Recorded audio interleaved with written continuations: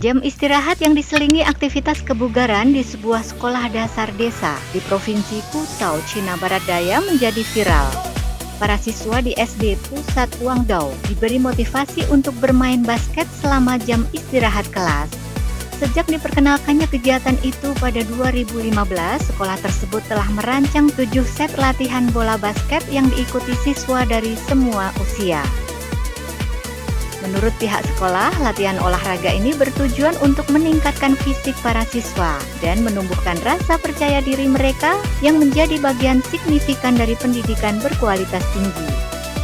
来自黄道小学的一名学生，一开始，我是不会打球的，然后经过我们肖老师，精心辅导下，然后我也掌握了一些篮球知识。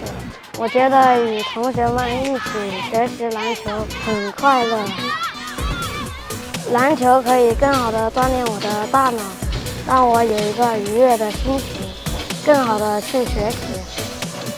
Sebelumnya, pada tahun ini, Kementerian Pendidikan Cina telah mengeluarkan serangkaian kebijakan pengurangan ganda untuk meringankan beban pekerjaan rumah yang berlebihan dan bimbingan belajar di luar jam sekolah untuk para siswa. Koresponden kantor berita Xinhua melaporkan dari Dongren, China.